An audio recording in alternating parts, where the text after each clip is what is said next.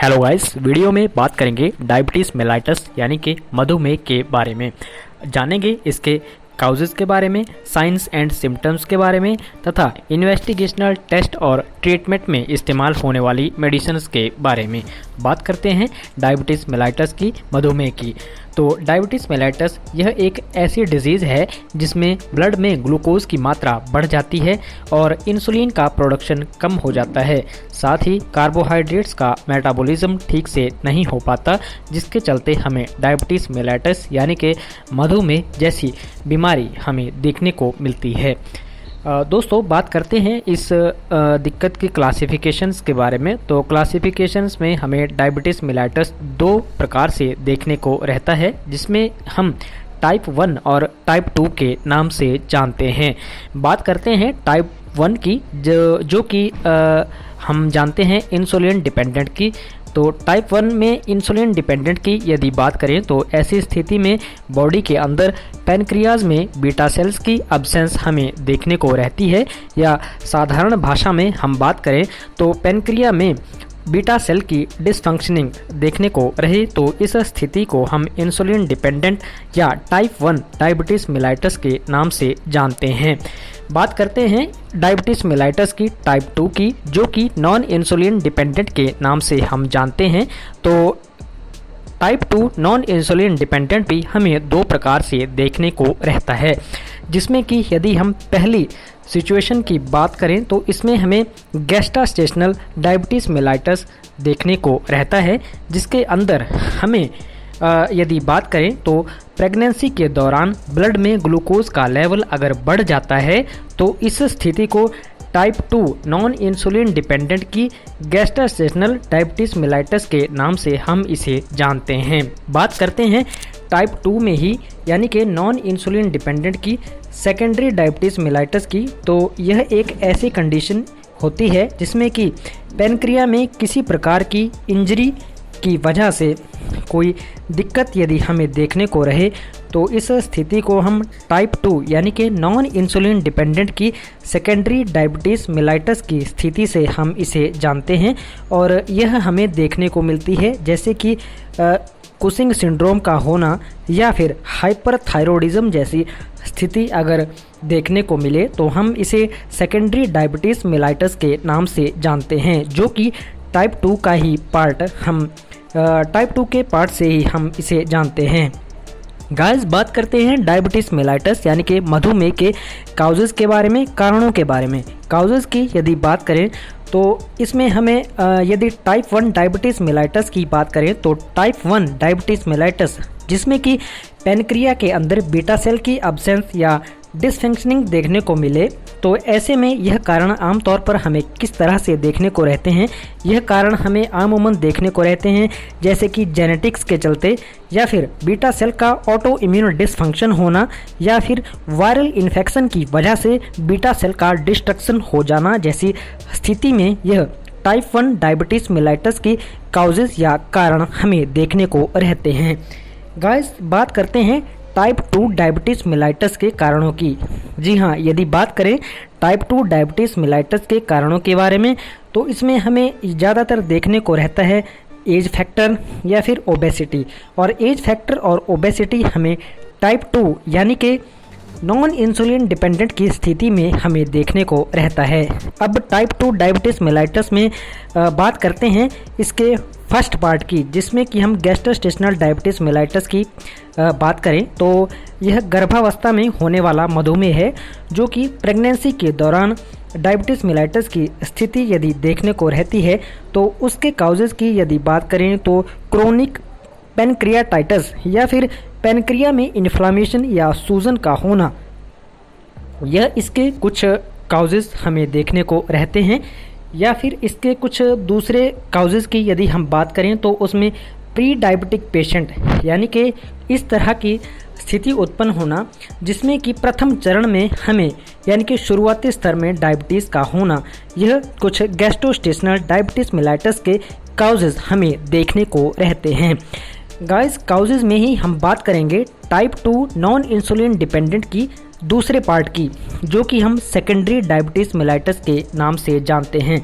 तो secondary diabetes mellitus हमें देखने को मिलते हैं, उसमें कुछ काउजेस। तो उन काउजेस की यदि बात करें तो कुशिंग सिंड्रोम का होना या फिर हाइपरथायरॉयडिज्म जैसी स्थिति उत्पन्न होना, यह कुछ काउजेस हैं जो कि हमें टाइप 2 नॉन इंसुलिन डिपेंडेंट की सेकेंडरी डायबिटीज़ मेलाइटस के यह कारण हैं जो कि हमें देखने को मिल सकते हैं। गाइस, बात करते हैं डायबिटीज़ मेलाइटस के कुछ साइंस एंड सिम्टम्स की।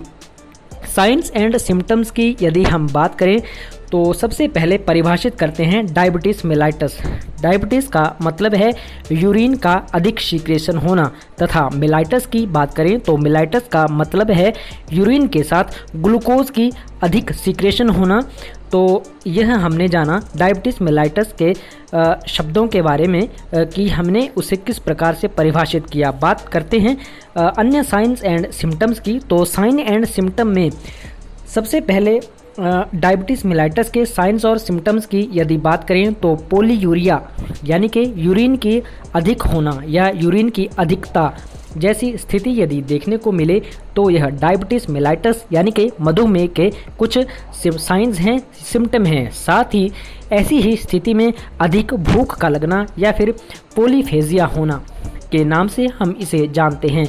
इसके कुछ अन्य साइंस एंड सिम्टम्स की भी हम बात करते हैं, जैसे कि ग्लाइकोज यूरिया यानी कि यूरिन के साथ ग्लूकोज का आना, तथा विजुअल चेंजेस आंखों की कमजोरी का होना, वेट लॉस यानी कि वजन का कम होना, या फिर टिंगलिंग यानी कि शरीर में हाथ या पैरों में झुंझुनाहट होना, साथ ही नम्बनेस इन लिम्स यानी कि अंगों में सुन्नता होना। इसी के साथ एक्सेसिव रेस्पिरेशन या श्वसन की या सांस लेने की अधिकता होना जैसे कुछ इसके शुरुआती साइंस एंड सिम्टम हैं। इसी के साथ हम डायबिटीज़ मेलाइटस यानी कि मधुमेह के अन्य कारणों और सिम्टम्स की बात करें तो शरीर में वीकनेस होना, कमजोरी होना, फटीग होना या थकान महसूस होना। साथ ही यदि किसी व्यक्ति को पहले से ही फैमिली में किसी को पहले से ही इस तरह की स्थिति या फिर वो डायबिटीज़ मेलाइटस या मधुमेह का शिकार रहा हो तो यही स्थिति हमें अगले मरीजों में भी हमें देखने को रहती है। बात करते हैं इन्वेस्टिगेशन या फिर टेस्ट के बारे में। तो जानते हैं इन्वेस्टिगेशनल की स्थिति में कि हमें किस प्रकार के इन्वेस्टिगेशन के चलते हम इसे देख सकते हैं कि डायबिटीज़ मेलाइटस हमारे शरीर में किस स्तर पर चल रहा है।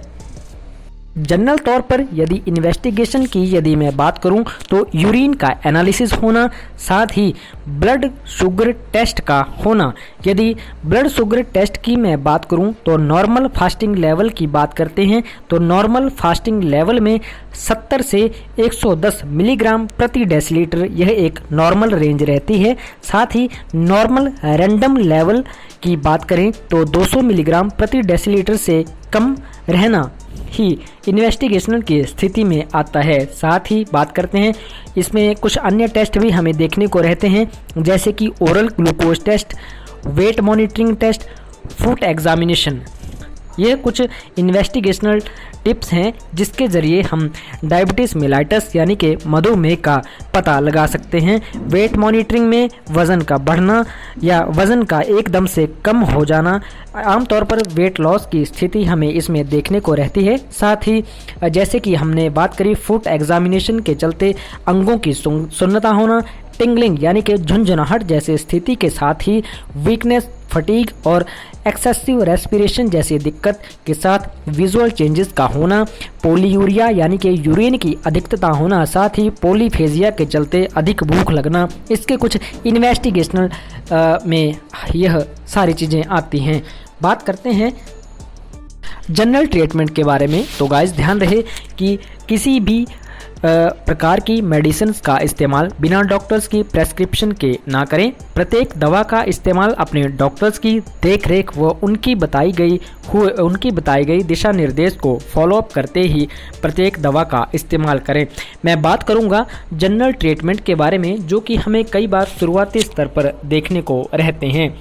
हालांकि मैं टॉक्स चैनल इस चीज़ की कोई जिम्मेदारी नहीं लेता, लेकिन फिर भी मैं आपको बताऊं कि मैं जो बात कर रहा हूं मैं एक जनरल ट्रीटमेंट के बारे में बात कर रहा हूं, जो कि मेडिसिन हमें कॉमनली देखने को रहती हैं। जनरल मेडिसिन में यदि बात करें शुरुआती केसेस में, तो अगर ब्लड शुगर लेवल यानी कि पोस्ट पेंडियल स्थिति की बात करें तो इसमें यदि 130 से 180 मिलीग्राम प्रति डेसीलीटर की रेंज है तथा यूरिन शुगर अब्सेंट है, तो ऐसे केस को निम्न तरीकों से ट्रीट किया जा सकता है, जैसे कि डाइट या फिर एक्सरसाइज के चलते कंट्रोल करना। डाइट में यदि बात करें तो प्रति व्यक्ति प्रतिदिन की कैलोरीज की रिक्वायरमेंट इस प्रकार से कर सकता है, जैसे कि मोटापा से ग्रसित व्यक्ति या मोटापा से ग्रसित पेशेंट 30 से 35 कैलोरी प्रति किलोग्राम बॉडी वेट के हिसाब से ले सकता है या फिर होती है। बात करते हैं नॉर्मल एडल्ट पेशेंट में 35 से 40 कैलोरी प्रति किलोग्राम बॉडी वेट के हिसाब से होती है या लिया जा सकता है। साथ ही यदि हम किसी साधारण व्यक्ति या दुबले पतले मरीज की बात करें तो 40 से 45 कैलोरी प्रति किलोग्राम प्रतिदिन प्रति बॉडी वेट के हिसाब से होती है। इसके साथ ही कार्बोहाइड्रेट्स की रिक्वायरमेंट की यदि बात करें तो 3 ग्राम प्रति किलोग्राम प्रतिदिन बॉडी वेट के हिसाब से होती है, तथा प्रोटीन की रिक्वायरमेंट की यदि बात करें तो 1 ग्राम प्रति किलोग्राम प्रत्येक दिन बॉडी वेट के हिसाब से होती है। साथ ही फैट की या वसा की बात करें तो पॉलीसैचुरेटेड फॉर्म में रिक्वायरमेंट 1 ग्राम प्रति किलोग्राम प्रतिदिन के हिसाब से होती है। ट्रीटमेंट में यदि बात करते हैं एक्सरसाइज की, तो ऐसे पेशेंट को लाइट एक्सरसाइज जैसे कि जॉगिंग, ब्रिस्क वॉकिंग करनी चाहिए तथा यूरिन शुगर टेस्ट हर मंथ करवाना अनिवार्य है, जरूरी है या करवाना चाहिए। अगर यूरिन शुगर अधिक मिलती है तो ब्लड शुगर टेस्ट कराना चाहिए तथा ब्लड शुगर अधिक मिलने पर एंटी डायबिटिक ड्रग्स का इस्तेमाल करना चाहिए। मॉडरेट डायबिटीज़ मेलाइटस के ट्रीटमेंट की यदि बात करें तो मॉडरेट डायबिटीज़ मेलाइटस के ट्रीटमेंट की स्थिति में अगर फास्टिंग शुगर 110 से ज़्यादा और post prandial sugar more than 180 है तो निम्न दवाइयाँ दी जानी चाहिए, जैसे कि टैबलेट ग्लूकोनॉर्म की यदि बात करें तो इसके अंदर हमें मेटफॉर्मिन 500 मिलीग्राम एक गोली सुबह शाम दी जानी चाहिए। साथ ही अगर फिर भी मैनेज ना हो तो टैबलेट जैसे कि एमारिल की यदि बात करें या ग्लिम्पेराइड 1 मिलीग्राम गोली सुबह शाम दी जा सकती है। साथ ही यदि बात करें तो ग्लिमस्टार या ग्लिम्पेराइड एंड मेटफॉर्मिन की तो 1 गोली सुबह 1 गोली शाम को दी जा सकती है। और फर्दर इन्वेस्टिगेशन हेतु पेशेंट को हायर सेंटर रेफर करना चाहिए। तो गाइज हमने बात करी मधुमेह यानी कि डायबिटीज़ मेलाइटस के बारे में। यदि बताई गई वीडियो आपको इन्फॉर्मेटिव लगी हो तो वीडियो को लाइक करें। पहली बार चैनल के ऊपर विजिट किए हो तो चैनल को सब्सक्राइब करें। वीडियो सही लगी हो तो अपने दोस्तों के साथ शेयर करना ना भूलें। साथ ही ध्यान रहे बताई गई वीडियो में यह जानकारी एक साधारण तौर से बताई गई है तथा प्रत्येक दवा का इस्तेमाल अपने डॉक्टर्स के बताए हुए दिशा निर्देश और उनकी बताई हुई प्रेस्क्रिप्शन के अनुसार ही प्रत्येक दवा का इस्तेमाल करें। ऐसे ही वीडियो अपडेट्स के लिए सब्सक्राइब करें अपना यूट्यूब चैनल मैटॉक्स। Thank you.